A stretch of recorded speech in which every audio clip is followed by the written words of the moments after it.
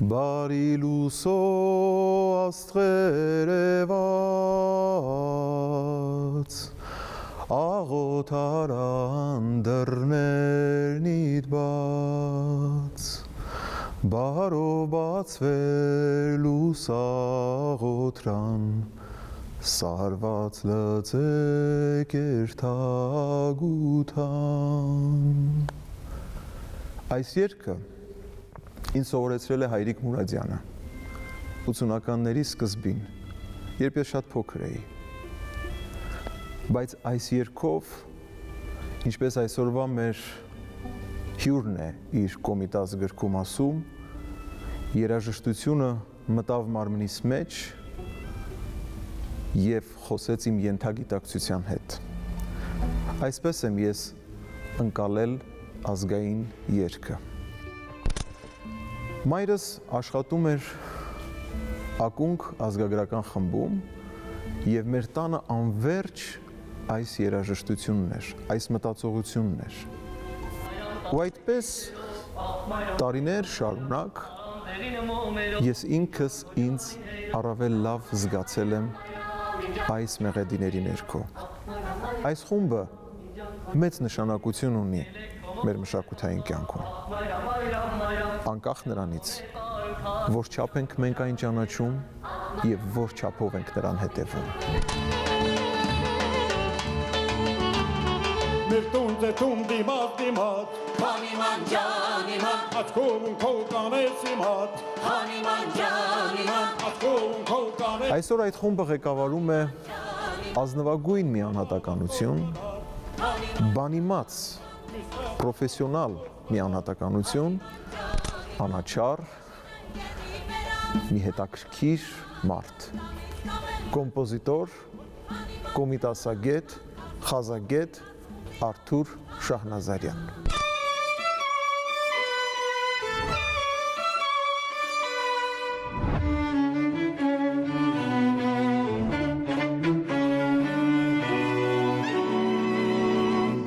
Եվ հարցս ուզում եմ հենց այս կետից էլ շարունակել։ Այսօր ակունքը արդեն 45 տարվա պատմություն ունեցող հայացքով դեպի ուր է նայում։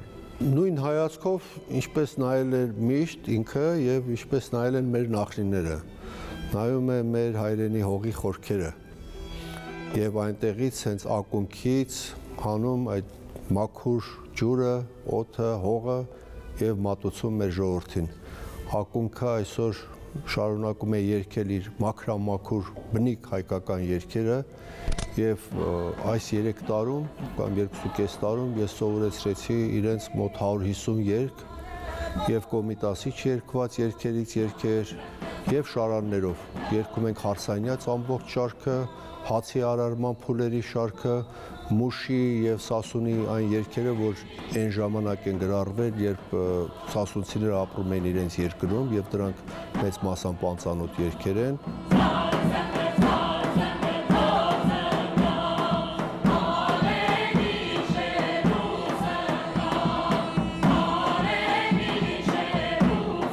Ընդհանրապես Կոմիտասը գրառել է մոտ 1500 երգ, այսինքն պահպանվել է այդքան, որից մոտ 1300-ը կարելի է ասել ընդհանրապես չի հնչել երբեք։ 200-ից էլ մոտ 30 երգ, որ ժողովուրդը ասենք կարող է ճանաչի։ Ինչ եք կարծում, մեր հասարակության մեջ ազգային երգ ասվածը դարձած է գիտակցություն, թե սա շփոթում են այլ և այլ բաների հետ։ Կոմիտասի ժամանակ չէին կարող որոշել որն է մեր ազգային երգը, դրանից առաջ էլ այսինքն ժողովուրդը պահպանել էր մեր երգը,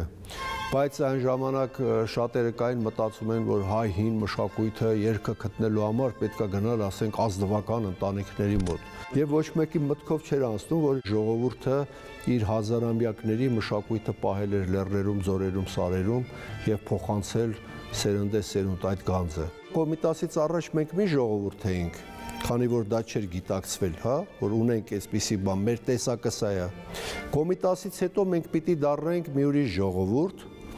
որ իմ կարծիքով դեռ չենք դարձել։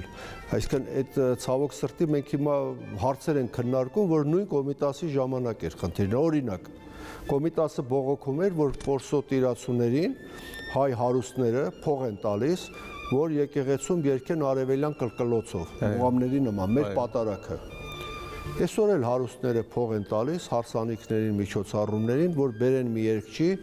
որ ասենք երգի այդ արևելյան կլկլոցներով մեր ազգի հետ կապ չունեցող, նույն խնդիրն է։ Կա աշխարհում մեկ այլ ազգ, ով նույնչափ ազգային երգեր ունի, որչափ հայերը։ Այն ազգերը, որ չեն վերացել կան, հին ազգերը, պետք է կոմիտաս ունենային, որ փրկեին իրենց երաժշտությունը։ Եթե դուք գնաք այդ ազգերի մոտ, անունները չեմ ուզում տալ շվիրավոր, հենց արևելքի ամենահայտնի, ամենահին եւ արևմուտքի եւ այսօր եւ ասեք իրենց խնդրում եմ ինձ տվեք 50 երգ կամ 20 երգ ձեր ժողովրդական բնիկ, որ ես վերցնեմ ու կարծիք կազմեմ, որ նա ձեր ժողովրդական երգը դուք կտեսնեք, որ կմոլորվեն, որ ձեզ բերեն 50 ժողովրդական երգ տան։ Իսկ մենք տասնյակ հազարներով Մենք հազարավոր երգեր ունենք եւ կոմիտասը նաեւ առանձնացրեց 100 երգ, 250, որպեսզի աշխարհին եւ մեր ժողովրդին ներկայացնի, ասենք, լավագույն, ասենք, ասի, ահա ձեզ օրինակ, այս 50 երգը, սա մեծ գանձ է։ Հնդկաստանը ծով օվկիանոս երկիրը, ֆոլկլորի, երգի, երաժշտության, բարի, գիտեք, չխոսեմ, ով որ գիտի Հնդկաստանի հարստությունը։ Բայց դուք ձեզ նույնիսկ Հնդկաստանից դժվար ձեզ 50 երգ ընտրաստան, որ ասեն այս սա բնիկ հնդիկների այս երգերն են։ Հենց այսօր եթե այնտեղ մի հատ կոմիտաս հայտնվի ու գնա գյուղերը, նոր կհանի այդ գանձը։ Ունեցանք այդ բախտավորությունը, ունեցանք կոմիտաս, բայց որչափ ենք մենք կոմիտասին գիտակցում, որչափ ենք կատարում եւ ինչ որակով ենք կատարում եւ ինչ ձևաչափով ենք շարունակում հանրայնացնել ոչ միայն ներսում, այլ նաև դրսում։ Կոմիտաս ասելով մենք հասկանում ենք հայ ժողովուրդ, հայ մշակույթ, որովհետև ինքը միակն է, որ այդպիսի լայն տարածություն է ընդգրկում, այսինքն ամբողջ արևելյան եւ արևմտյան Հայաստանը ներկայանում է կոմիտասով եւ ընդգրկում է այսպիսի մեծ ժամանակահատված։ Այսինքն միջնադարից մինչև նախքան քրիստոնեությունը, մինչև արարատյան թագավորություն եւ ասեցի հազարամյակներ առաջ։ Եվ գիտեք, մեր ժողովրդը մի հատկություն իմ կարծիքով, երբ ինքը հեռանում է իր բուն արմատից, իր էությունից, շատ արագ այլասերվում է։ Կոմիտասի վերաբերյալ քննադատությունները կամ շատ ցածր մակարդակի ուղղակի ցեխոտումներ են, դուք ձեր գրքում, եթե չեմ սխալվում, օգտագործում եք խանդ, նախանձ, այս տեսակ բառեր, կամ միանշանակ շատ դրական եւ հետաքրքիր գովաբանական խոսքեր են։ Կա առողջ քննադատություն, բառից բուն իմաստով քննադատություն կոմիտասի գործունեության վերաբերյալ։ Այսինքն քննադատություն ասելով ինչ ենք հասկանում։ Նրա արվեստի վերլուծություն, լուրջ վերլուծություն։ Դեք իհարկե կան վերլուծություններ, բայց խնդիրը բոլորովին ուրիշ տեղ է։ Կոմիտասի նպատակը այն էր, որ իր ժողովրդի ստեղծածը վերադարձնի ժողովրդին հիմնական եւ մեր ամբողջ ժողովուրդը առնչվի իր էությանը, իր մշակույթին։ Չկա մի մտավորական հայ, որի մասին այդքան գիրք է գրված։ Ամենաշատ գրքերը գրված են Կոմիտասի մասին, դա փաստ է։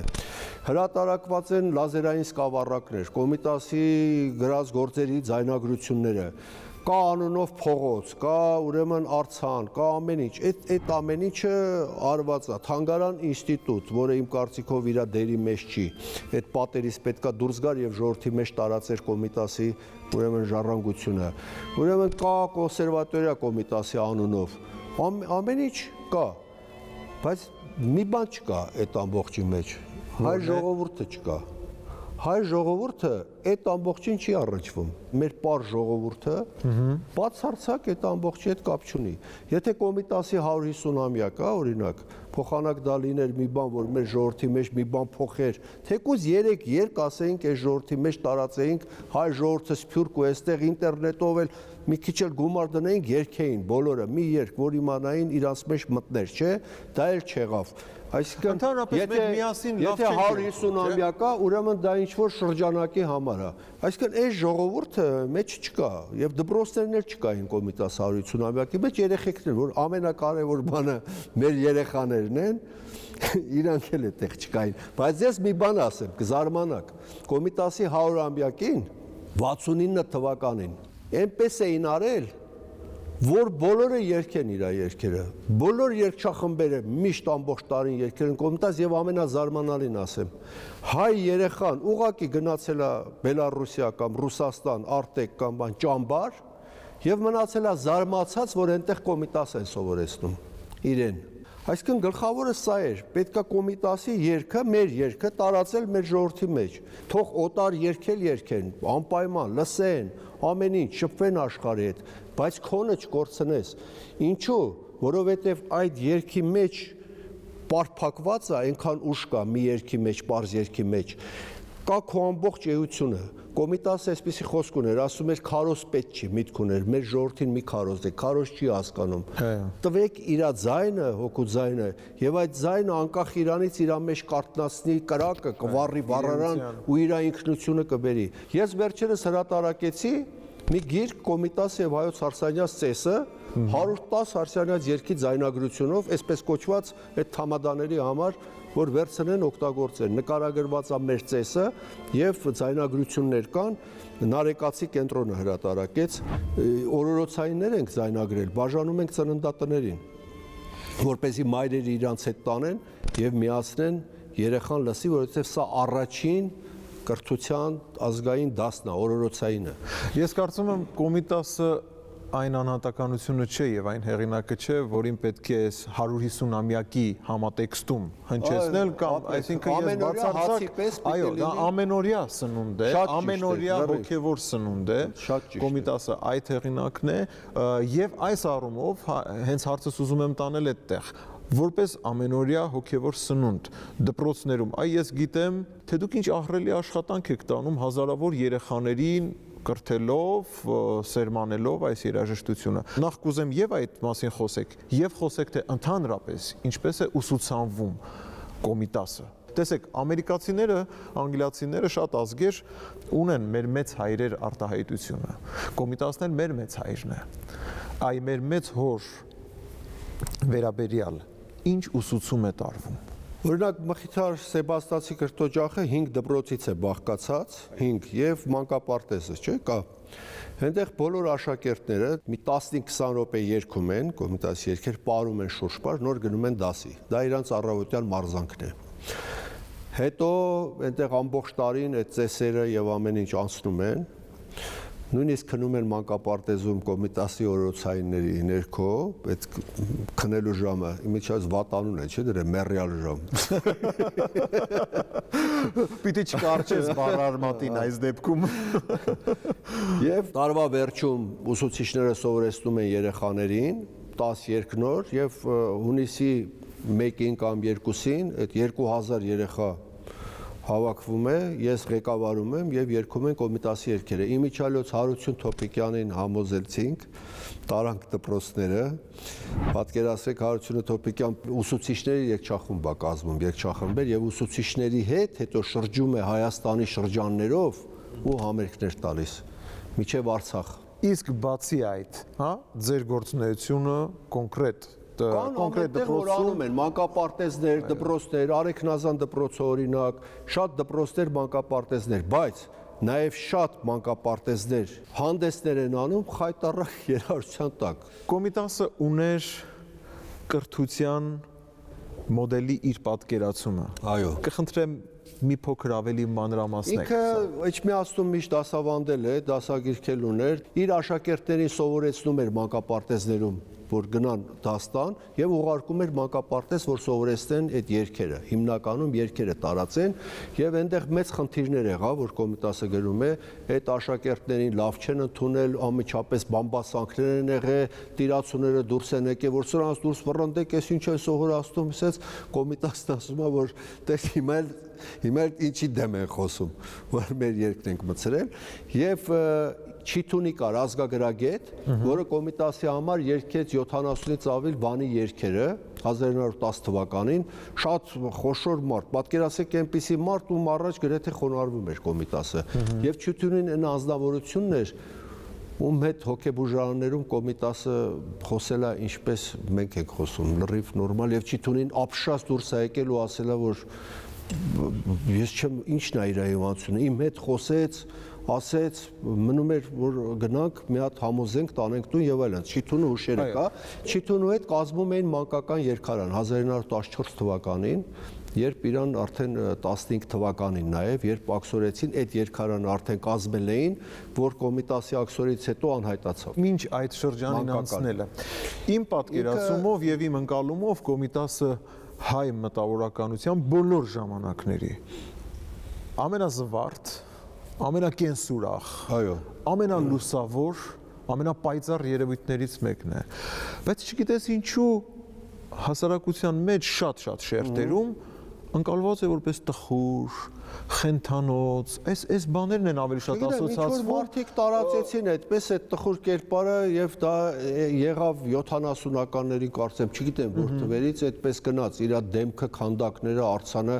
կոմիտասը գիտենք որ շատ առողջ է եղել, հումորով լցված, հումորով, շատ ամուր, ֆիզիկապես շատ ուժեղ, հաճարեն ասում է մեկի ձեռքից որ բռներ, ուղղակի կարողա չոքացներ, ընդհանրապես սպարտային կյանք ա վարել, գիտեք քնելա գետնին, մի բարակ սավանով, նույնիսկ առավոտյան պատահելա քնելա դուրս է մի քիչ ձյուն ա եկել պատուհանից վրան թափատվել վրայից ձյունը եւ ընդհանրապես առողջ զվարթ, այո, ապարելա, խաղացելա Պարոնյանից հատվածներ, չէ, դերասան Ղաճարյանը հիշում է, որ քաղաքականության վնասներից հատվածներ էր խաղում, դե լեզուն լավ գիտեր արևմտահայերեն, այդպես իհարկե զվարթ հայ մարդ է եղել, կոմիտասին ճանաչողները, եթե վանեցի էր լինում, իմանում էր վանեցիա, լոռեցին իմանում էր լոռեցիա, մշեցին գիտեր մշեցիա, որովհետև բոլորի բարբառները գիտեր եւ շատ լավ խոսում էր իրանց լեզվով եւ իմանում են թե իրանցից է ինքը։ Կյանքի վերջին փուլի հետ կապված շատ հակասական կարծիքներ կան։ Եվ կարծիք կա, որ նա ամենևին էլ մտավոր խանգարում չի ունեցել։ Սա պարզապես անձի ներփակվածություն է, ինքնահայեցման ծայրագույն աստիճան։ Որ ոչինչ չկար հաստատ այդպես չի, որովհետև հայտնի է դեպքերը, որ ինքը թաքնվում էր սեղանի տակ, ինքը իր անկերոջ տուն պոլիսում, ասենք 10 րոպեվա ճանապարհը մի ժամում էր գնում, իրան թվում է, ինքը հետապնդման բաներ, նույնիսկ Փարիզում։ Ինքը այնպիսի մարդ էր, եթե ինքը այդպես փակված այդ դեպրեսիայի բանը չլիներ, իրան չէին կարող այնտեղ պահել, նույնիսկ կարծիք կա, թե իրան ստիպողաբար պահել են։ Լուսամուտը կճղեր դուրս կգար, այդպես անհնար է այդպիսի մարդուն պահելը։ Ձեր կյանքի, ձեր գործունեության նաև մի մաս հատկացրել եք խազագրությանը։ Կոմիտասը ուր հասցրեց եւ դուք ուր եք շարունակել։ Միջև այդ խոսում էին, թե կոմիտասի ձեռագրերը կորած են, էսեն, խազավոր, այդպիսի բան չկա, այն ինչ որ վկայությունները կար, դրանք գտնվում էին արխիվում, ցրված եւ չէին հրատարակվել։ Կոմիտասը եթե իրան առաջարկ չէր արում կոնկրետ հրատարակվելու, ինքը սևագիր վիճակում էր պահում ամեն ինչ չէր արտագրում։ Այդպես եղավ հայ գեղչուկ երաժշտությունը, կիսատ, երբ որ ինքը հրատարակեց Փարիզում, հետո երբ որ որոշեցին ուրեմն հրատարակչի հետ չեկավ համաձայնության գումարի հարցով, նա դադարեց շարադրել։ Կոմիտասը գտել էր պարզ խազերի, այդպես ասած լավ, ասենք բանալին, եւ կարդում էր այդ պարզ երգերի, խազավոր երգերի դարձվածքներ։ Դա պահպանված է, ես դա հրատարակել եմ 2001 թվին 320 էջ կոմիտասի ձեռագիր նյութերը եւ իր ձեռքով վերծանված փարավոն հանդերձ շարականը եւ իր ձեռքով գրված որ խազերի բանալին որն է, ինչպես նկատեց, այնտեղ մի քանի օրենք կա, դա էր եւ շարադրված իր ձեռքով։ Ես դա շարունակել եմ 80-ական թվականներին այդ գործը, այն ժամանակ չթողեցին, որ հրատարակեմ այդ նյութերը, չտպեցին։ Եվ արդեն գրել էի 5 հատորը, 90 թվին տպվեց առաջի հատորը առոգանությունը, փլուզվեց սովետական միությունը եւ հետո շարունակվեց այդ տպագրությունը, որի հովանավորն է Վաչե Պարսումյանը, լարկ խմբի ղեկավար է, դիրիժոր, երաժշտագետ, հայտնի այն Վաչե Պարսումյանը, ում հովանավորությամբ նաեւ հրատարակվեցին կոմիտասի հատորները։ Ձեր իմացությունը կոմիտասի եւ ազգային երաժշտության ուղակի նման է մի ծովի, որտեղ մտնում ես եւ վերջ չկա, անընդհատ կարող ես գնալ ու գնալ, խորանալ ու խորանալ։ Ամենատպավորիչ խոսքերից մեկը եվրոպացի քննադատների հետևյալն էր, որը ես տեսա դուք ձեր գրքում մեջ բերել էիք, որ Կոմիտասի երաժշտությունը սա ոչ եվրոպական երաժշտություն է, ոչ արևելյան, Ինչպես մեր ընդհանուր մշակույթը։ Այո, սա ինքնատիպ մի երևույթ է եւ երևի թե սխալված չենք լինի, հա, ասելու, որ սա մեր ինքնությունը որոշող երաժշտությունն է։ Կարելի է միացնել Կոմիտաս, լսել եւ որ չափ որ դա խոսի քո հոգու հետ, այդ չափ էլ երևի թե դու ունես ազգային երաժշտության ընկալում։ Ճիշտ եմ։ Այո, գիտեք, այնպես ինչպես հայոց լեզուն համարվում է հնդեվրոպական լեզվի առանձին ճյուղ, Այո։ այդպես մեր ամբողջ մշակույթը, որ շատ արևելյան է ընդհանրապես, ոչ էլ արևմտյան, ավելի շատ դեպի կենտրոնաձիգ է, կենտրոնում է գտնվում։ Մենք ունենք, ասենք, արևելքի այն լադը, որ մեծացված սեկունդայով է, օրինակ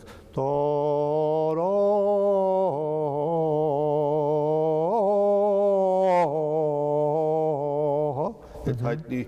որը եթե արևելցին այդ լադում երգում խաղեր անում, շատ ասիկա կար այդ նույն լադի մեջ երգի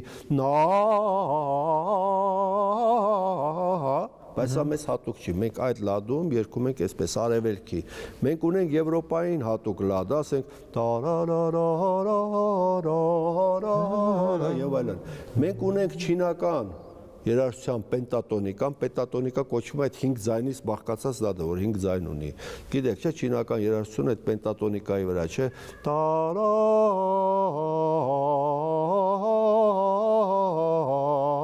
իսկ մեր էպոսի հին երգերը դառնանայամ զողորմին տյտամ տամսանասարին դառնանայամ զողորմին տյտամ տամ Բաղդասարին հիմա չեն ասի թե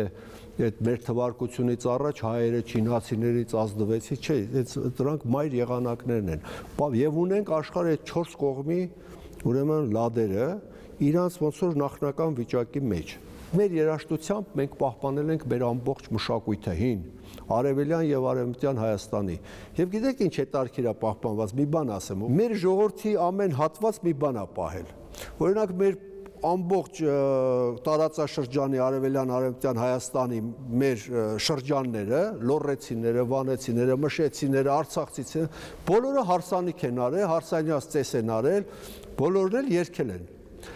Բայց հին հարսանյաց ծեսը ամենահին պահել է վանեցին։ Հին երգերը, հին եղանակներ են վեապար, հա, Գացեք, ասեք, թակ, որ ամեր, այդ հին ոճի իրանք են պահել։ Աշխատանքային երգերը, բոլորն էլ վարուցանք անելուց երգել են։ Մշեցին էլ է երգեր, շատերը չգիտեն օրինակ, մուշի հոռովելը։ Յար հոռովել, հոտակ ջան, յար, քարնակոսին, ծենչերողի խամբաջին, յար, են իրանց դաշտերի նման դուրան երգը, հա, դա։ Բայց աշխատանքային հին երգերը հնագույն պահելա լոռին։ Լոռու գութաներգով, հա, օրինալ Աստված, հիշալ Աստված, հո, յոա, հո,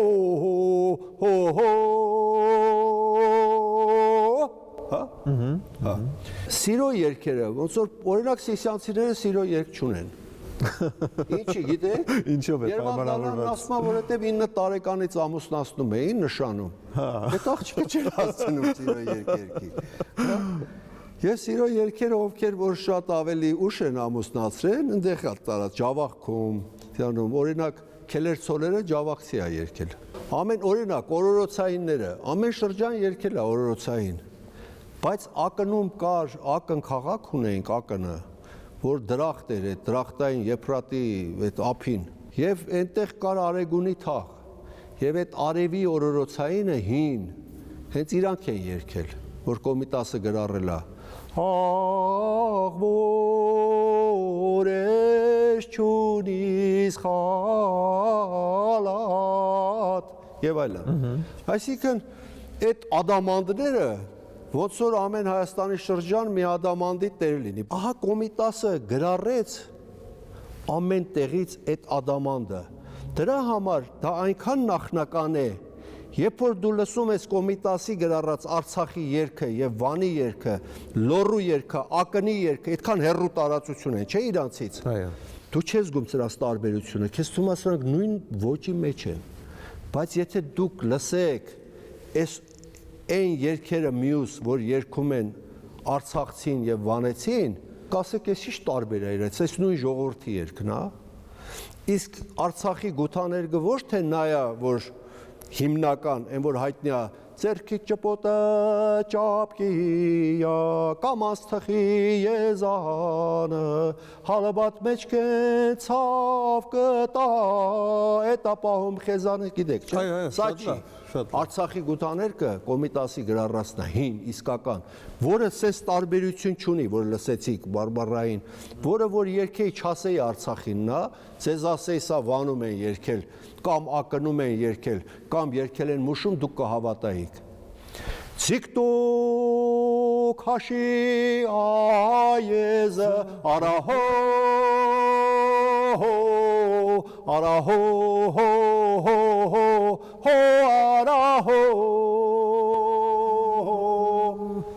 Իմացաք այ Կոմիտասի գրառածները այն հնդեվրոպական արմատի հին լեզուն է երաշտական գրափարից էլ հին Այսինքն Կոմիտասը այն երևույթն է, որ մեզ բոլորիս համախմբում է, պետք է միավորի։ Պարոն Շահնազարյան, շատ շնորհակալ եմ։ Շատ հաճելի զրույց էր,